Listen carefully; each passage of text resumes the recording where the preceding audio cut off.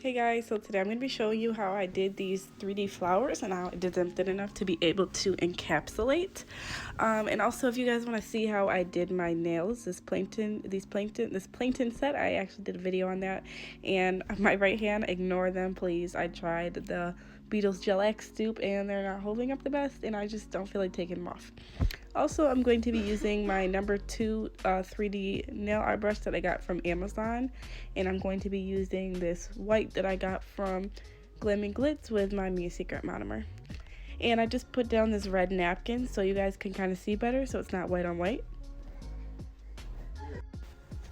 Okay, so I already drained the bead on the paper towel and I twirled it into a point, and I'm going to zoom in for you guys in just a moment. But so I'm picking up a small bead and I'm going to place it where I want it to go, and then I'm going to shape that into like a crescent moon shape, like, you know, like a crescent moon shape.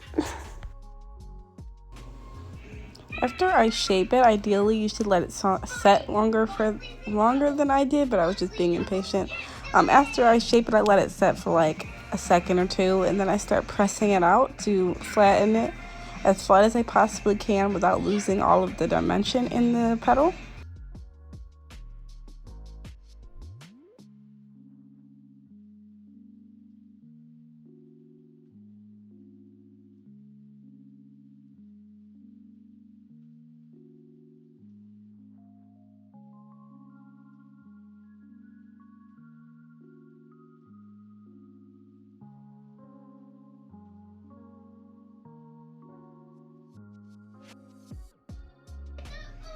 Okay, so each time before I get a new bead, I'm draining my brush on the paper towel, and I'm also twirling it to a point at the same time.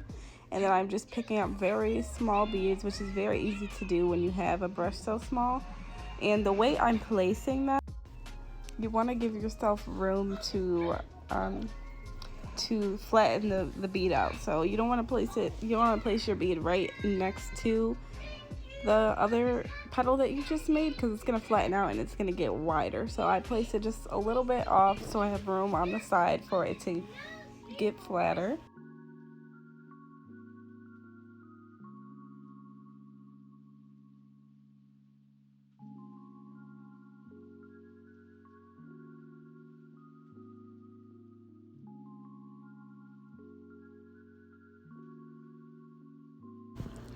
Okay, so you can see here that there's not much room for a full petal, but I don't want that space to just be empty.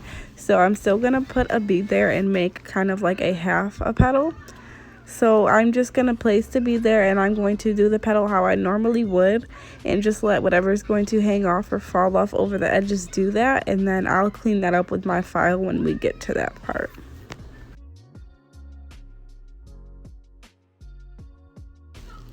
Okay, so when it comes to doing the interior rows, I try not to make my petals line straight up. I don't want the lines to match. I want to overlay and overlap right where those two petals are meeting. I just think it gives you a better look. You definitely don't want to align everything into straight rows. It's just not going to give you the rose effect that you're looking for. So that's how I'm going to do all of the interior petals. And when I'm just going to speed through this, me doing the rest of the petals until we get to the center of the rose.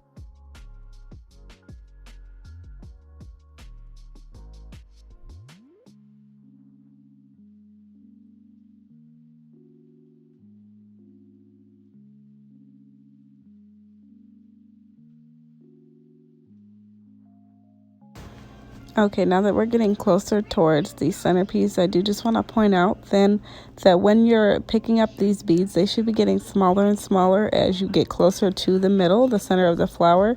You don't want the petals in the center of the flower to be as big as the petals on the outside edges of the flower.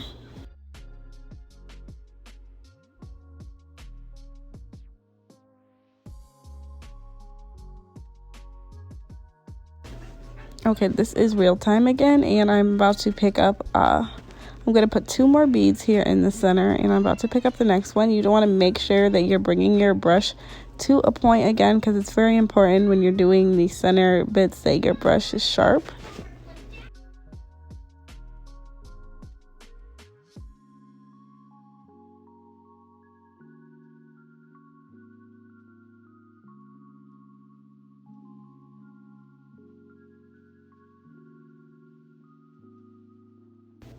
Okay, so I placed that bead down in the center, and I'm making sure these beads are a lot drier and smaller for the center part, and I'm not going to flatten it out as much as I did for the other beads. I'm really just trying to focus on getting kind of that C looking shape, so it looks like it's kind of spiraling once I place the last bead in the center.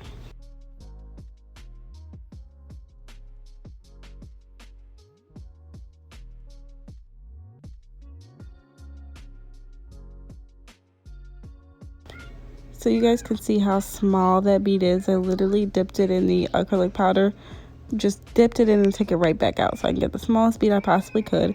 And here I'm just making sure my brush is as pointy as it can be, and I'm just gonna kind of put a hole, like just dot right in the center of that bead, and I'm just gonna spread that out gently. I don't want to spread it out too much. I'm just trying to create that spiral effect that you get in the center of roses.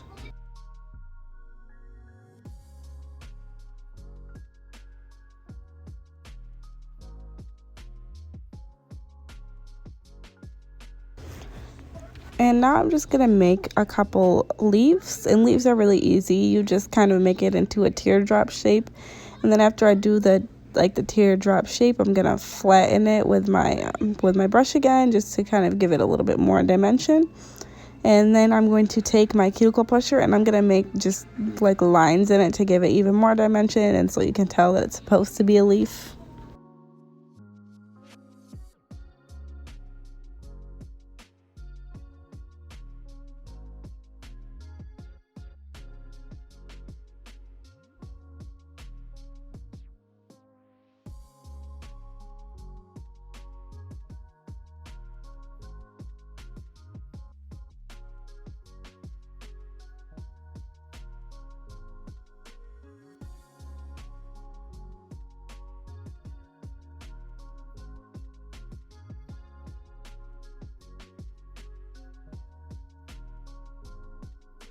Okay, so here I'm just showing you guys how thin this rose is, so you can definitely encapsulate this if that's what you want to do, or you don't even have to. You can build this on top of an already built acrylic nail or press-ons, whatever. But I was practicing this design in the first place because my client wanted it encapsulated, so that's what I'm gonna do. I'm just showing you guys both the roses right there for some reason. But I'm going to encapsulate it, and then I'm going to file it and put top coat, and I'm going to show you guys how thin they still are after encapsulating and what one encapsulated looks like versus a regular one.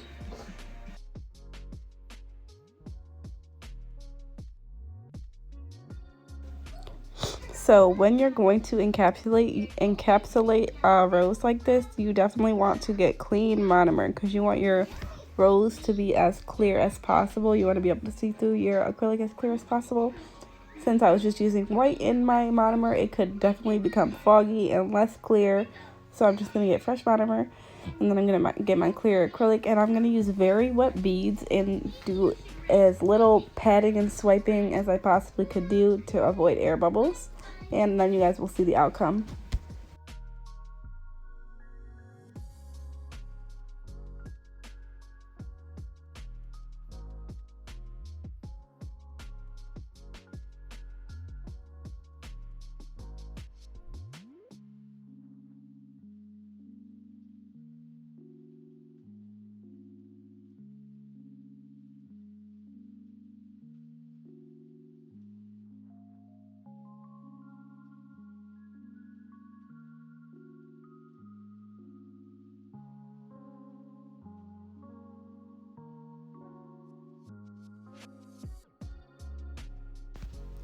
Okay guys, so this is how they came out. Like, you can see what one encapsulated looks like versus one that's not encapsulated. It's really your client's preference, whatever they want to do. I'm going to insert a picture of the set that I did on my client and how she liked it. And yeah, thanks for watching guys. Bye.